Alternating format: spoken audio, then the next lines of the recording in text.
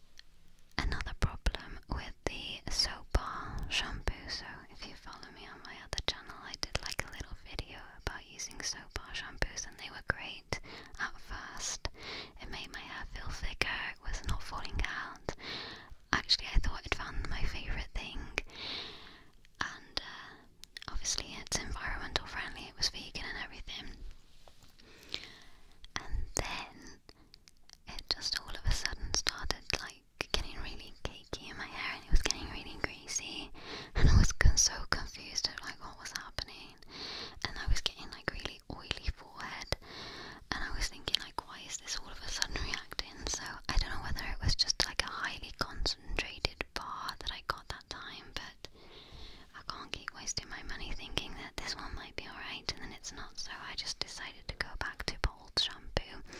And I have heard that I can get refills somewhere, but I need